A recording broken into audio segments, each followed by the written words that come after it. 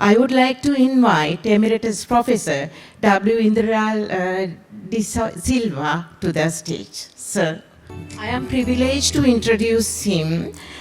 He's a teacher of many of us in the audience, as well as including me during my postgraduate period. Emeritus Professor W. Indralal De Silva obtained his bachelor degree in developmental studies, statistics from University of Colombo in 1977.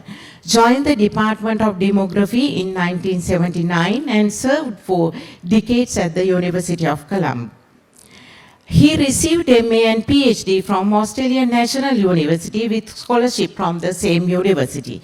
He was the founder chair, Professor of Demography 2001 to 2017 and the Dean Faculty of Arts, Colombo University from 2009 to 2011.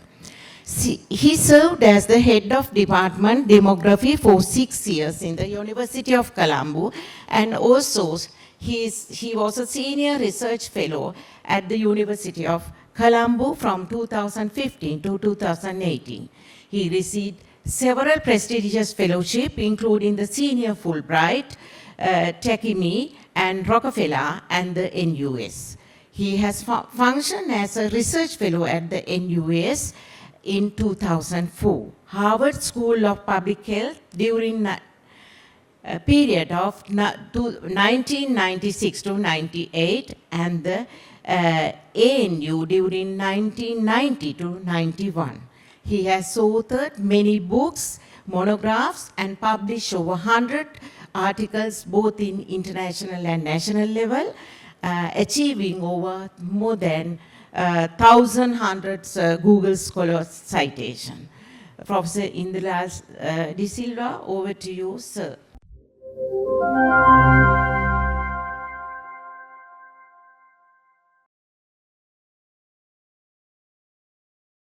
Sri Lanka, of course, you can notice that just below India, the circle 1, and you are in Colombo.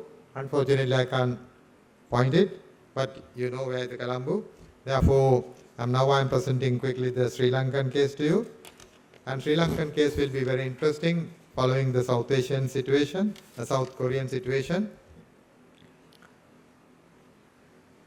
I'm going to present the unexpected behavior of demographic drivers, births, marriages and deaths, and also decline of Sri Lankan population. And also very last, SRH issues of some young people. Bulk of my presentation is based on the latest publication, 2004, National Science Foundation Social Science Journal. You can see in the left-hand side top. And the BMJ journal we have published with my co-authors. And also very right-hand side, the latest publication on SRH Sri Lanka. This is also very important in terms of comparison. You can see that 1960s, Sri Lankan fertility was lower than South Korea. But after 1977, Sri Lankan fertility was above South Korea. But before that, South Korean fertility was above Sri Lanka.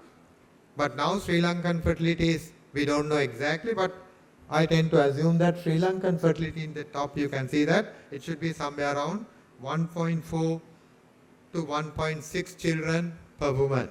South Korea is only 0.7. That means Sri Lanka is 3 times higher than South Korea. But you can observe how that is changing. Sri Lanka, we don't have anything concrete level after 2016. But you can see what is happening to the births now. In Sri Lanka, if you consider 2015 to 2019, the births has declined significantly. And the decline was something like only 4%, 2015 to 2019. But interestingly, 2019 to 23, the decline was over 22%, right? And more than 70,000 drops we observe in terms of total number of live births. Therefore, you may worry that what could be the reason for that. It is possible, some will argue that it is a positive achievement, but some may argue it is a negative achievement, depending on how you argue.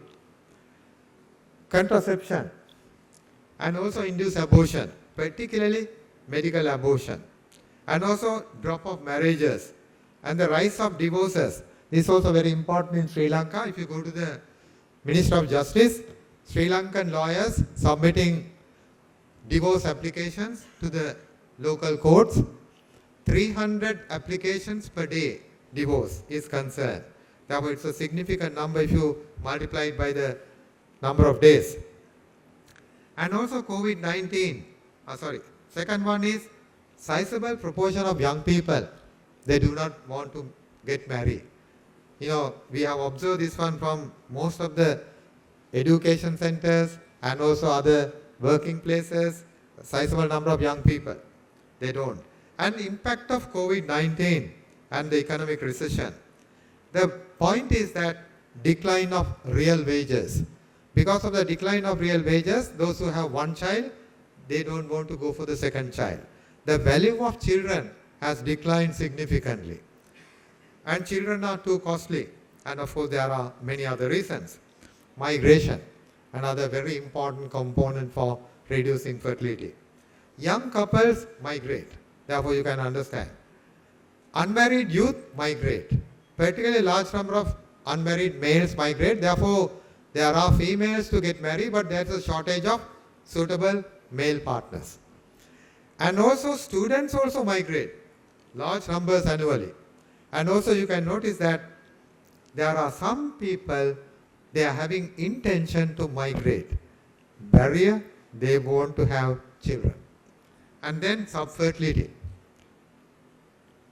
And also there may be reasons to some extent, COVID vaccine, COVID virus, and also economic recession, climate change, global warming. There are multiple effects, of course. If you look at Sri Lankan age at marriage, and not the marriage, the number of marriages, you can notice that the marriages has declined significantly. And 2020, there were less number of marriages. Everybody knows that travel restrictions, but after that it picked up. But 2023, marriages has again dropped. And we know that 2024, marriage is going to further down. And then if you look at the deaths, another very important parameter. Now, in summarized form, if I mention to you, 2015 to 2019, well before the COVID period, the decline was, increase of total number of deaths was only 5%. Before the COVID era, 2015 to 2019, the increase of number of deaths only 5%. But what is the situation during 2019 to 2023? Increase was over 25%. One may argue that this is due to COVID. Well, and also COVID deaths was only 15 or 16,000 deaths. But there are some other unknown factors, NCDs and other things are contributing. But one may argue that population aging may be contributing for increase. Population aging may contribute only 5%. But from 2019 to 23, increase was very significant, and it is something, more than 25%. It's an alarmingly large number. Now, next slide indicates that the significant drop in births, net negative international migration, large numbers are going, less number coming, and rising deaths, and also all will suppress the growth of Sri Lankan population. And you can observe that, highlighting that phenomena, I'm only explaining the bars. You can see the Sri Lankan population by 2022, the blue bar. That was only 22.18, 2022, we say 22.2. But after that, we know that Sri Lankan population is declining. We never thought that Sri Lankan population will decline. All my population projections, I indicated Sri Lankan population will grow 25 million, 26 million, all are wrong, to tell you frankly. Right? It is declining. Right? It is something we never thought as demographers. Same thing will come to the India also. Indian demographers say Indian population will grow very rapidly until up 2016, but it will not happen. Because of these new trends. India also, I know that large number of young people, they don't want to get married. There's a new trends are coming in the South Asia also. Let me move into the another interesting part very quickly, that this is about the sexual and reproductive health. If you read the Youth Are the Future, Youth Are the Future and youth bulge is observed in Sri Lanka, Bangladesh, India. We know that what was the problem in Bangladesh. Sri Lanka also have youth bulge and the what you call insurrections. And third bullet, exposure of youth to vulnerable SRH situations would jeopardize their well-being and the development of the country.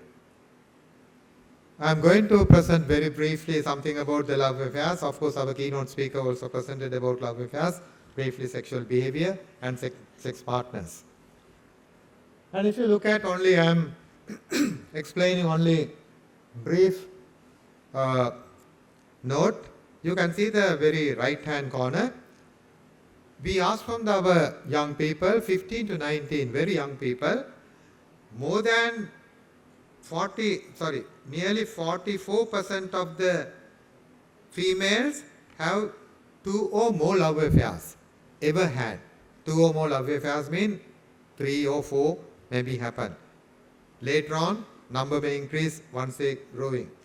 And also those who have no love affairs, very small.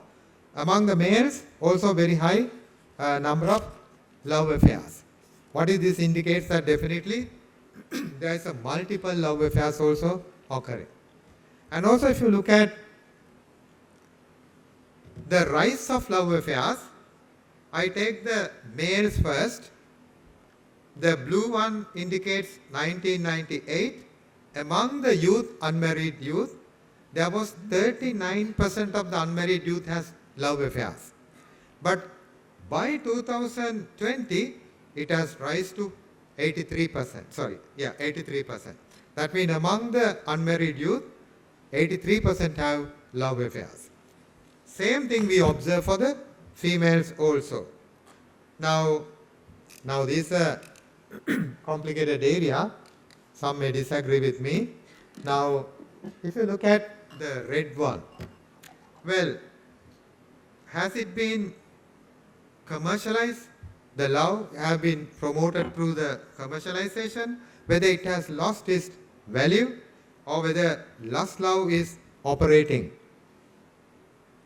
Now if you look at Sri Lankan situation, I'm very briefly presenting. What factors might have contributed for high incidence of love affairs in Sri Lanka? Probably to some extent one may say that because of the education. Education, higher education, university and other private and other education. And other one is the tuition culture. That was very important. Lot of love affairs are formed through the tuition. And also mobile phone usage. And also internet access and so many other things. Therefore one may argue with me that why you are saying this, all these things are rising and so on. Today the love affairs are significantly high even among the 10 to 14. Probably they don't know exactly what is meant by love affair, but they prefer to have love affair. Even grade 5 students we check sometime, they said, we have love affair. Now the problem is, prematurely it is happening. Later on, numbers may increase. Is this an issue or problem? In what sense? Arguments can be brought. SRH matters, violence, hate, frustration, suicides, even killing within hours. And also separation and divorce. I don't want to go for very detailed one. Right now in Sri Lanka per year, more than 80,000 divorce cases are filed by the lawyers per year. And then marriages are something, 160,000 or something. And bulk of the marriages are love affairs now. More than 80%. Therefore, I think you understand the link between, sometimes we thought that the arranged marriages are bad, that now the love marriages, but lawyers are submitting continuously applications for divorce. Now moving to the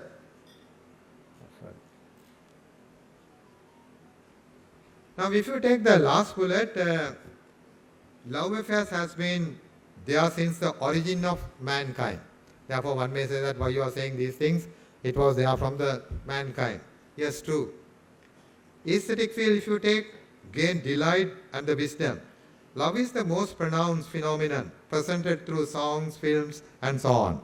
If you look at this one, Taj Mahal, our Indian friends are here.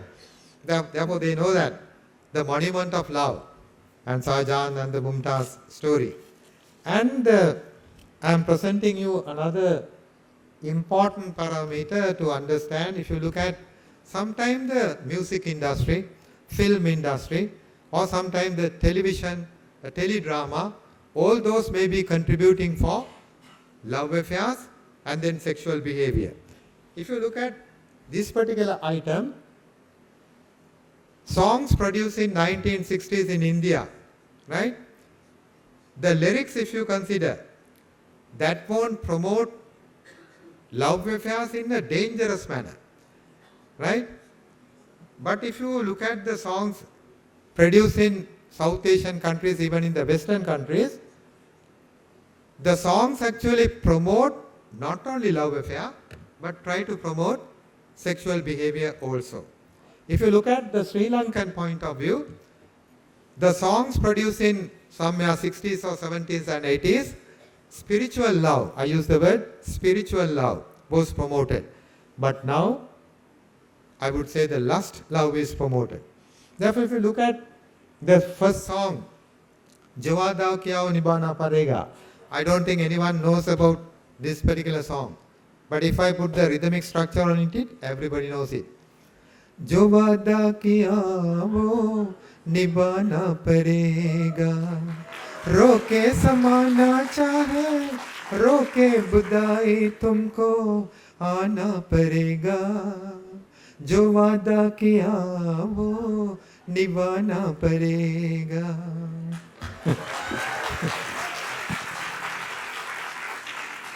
But I don't want to say sari ke phol sa kabhi beche kya.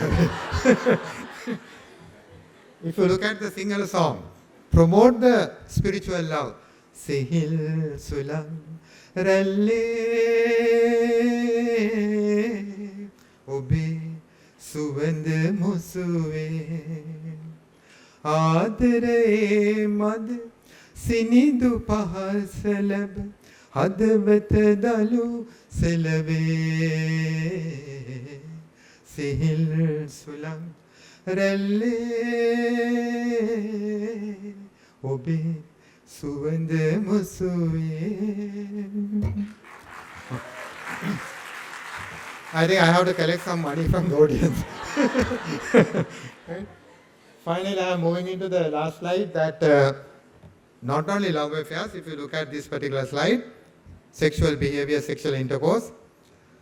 Among the 15 to 19 unmarried boys, 22% of the unmarried 15 to 19, they have already experienced sexual intercourse.